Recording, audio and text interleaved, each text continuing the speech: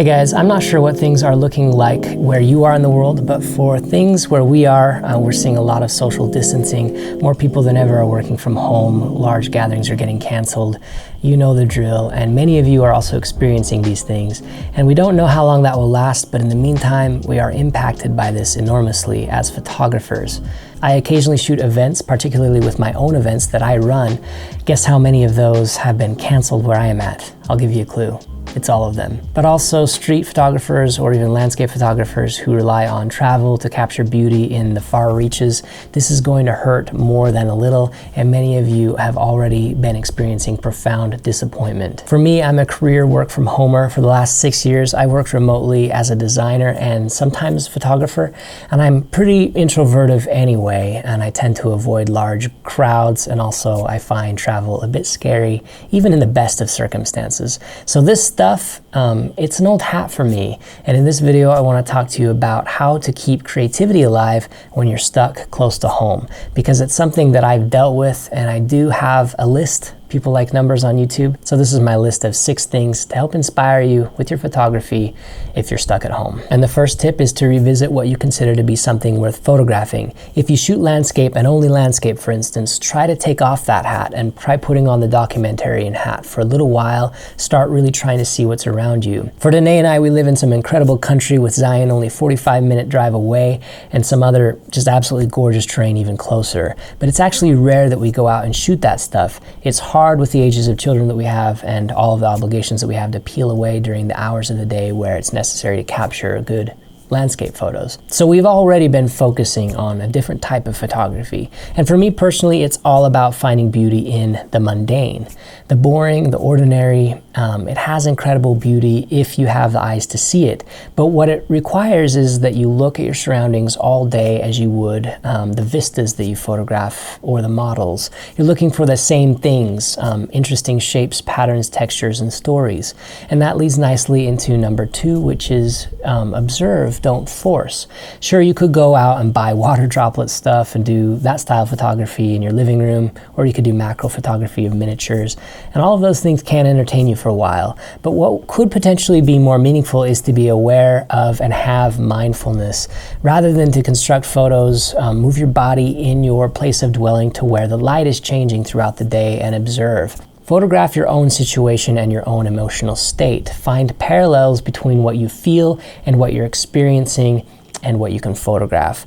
Can you capture an emotional state in an abstract form or shape? I look at what Matt Day did when he was suffering through the illness that he experienced last year that almost took his life, and how he documented that. What he went through was extremely challenging, clearly, especially considering the lack of mobility and motor functions in his limbs. But the process seemed cathartic, and it focused his mind on rehabilitation. Being aware of your immediate surroundings as well as how it relates to you and what it is that you're feeling, your emotional or mental state, will allow you to let inspiration in.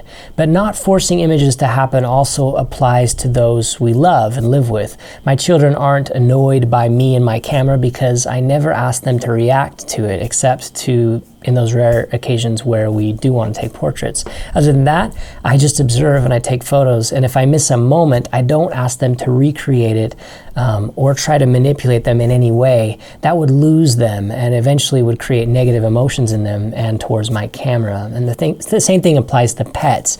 Let the moment happen naturally and be aware of them when they come. If you miss them, don't worry about it. There'll always be more moments.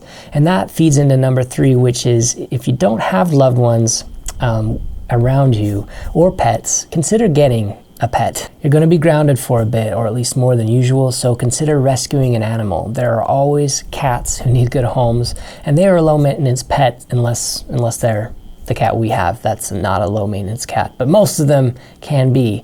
And animals can be wonderful subjects for photography. They seem to supply an endless amount of emotion, where they choose to sit, how they react to different circumstances. All of that could be super interesting. I look at another friend of mine, fellow YouTuber Matthias Berling, for inspiration here. His dog Gunsmoke may be one of the most famous dogs on YouTube in the photo community at least, and he is a cute dog, but a lot of the credit goes to Matthias's ability to capture amazingly beautiful moments with that dog. And I think it's interesting, Matthias has a super interesting job. He creates media, I believe, for horse breeding or horse racing showing, but the images that he seems most passionate about are his street photography and his dog. And that has helped me a lot to find inspiration, and I've been photographing my own pets more and looking for interesting ways that I can see them or notice them. And that leads me to number 4, because you can't capture kids or pets in interesting moments if you don't have a device near you. A lot of times you're just gonna miss it if you don't have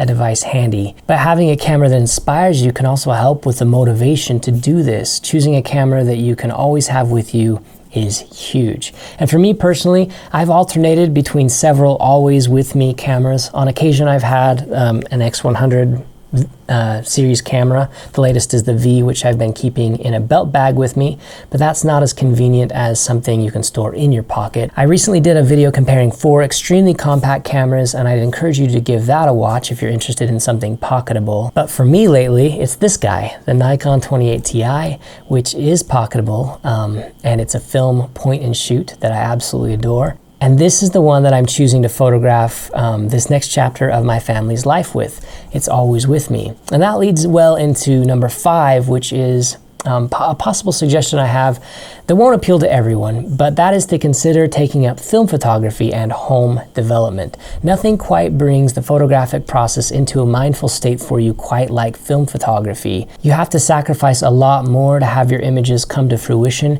and working through that process keeps you so much more in touch with it. Photos that were already potentially meaningful take on more meaning for you because you've invested more time into them.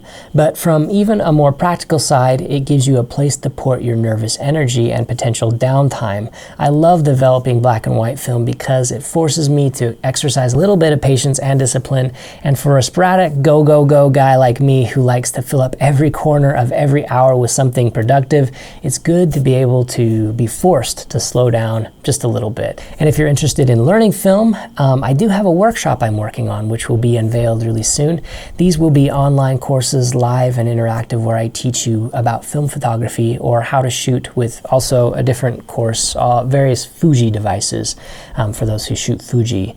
So if either of those subjects interest you, be sure to express your interest by clicking on the link in the description. These courses will be in beta at first, and the price will be significantly reduced, but they will fill up quickly, so don't wait if you're interested. My number 6 and last tip for you is to find a group or a tribe to share your photos with.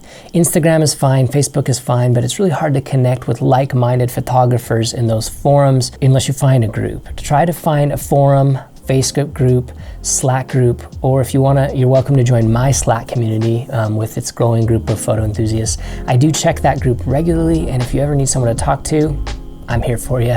I always love talking to photography with fellow like-minded photo enthusiasts, so come join us there.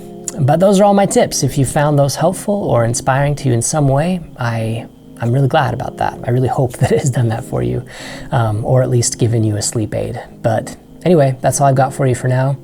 Continue to be awesome, and remember to do good with your cameras, and we will talk to you again real soon.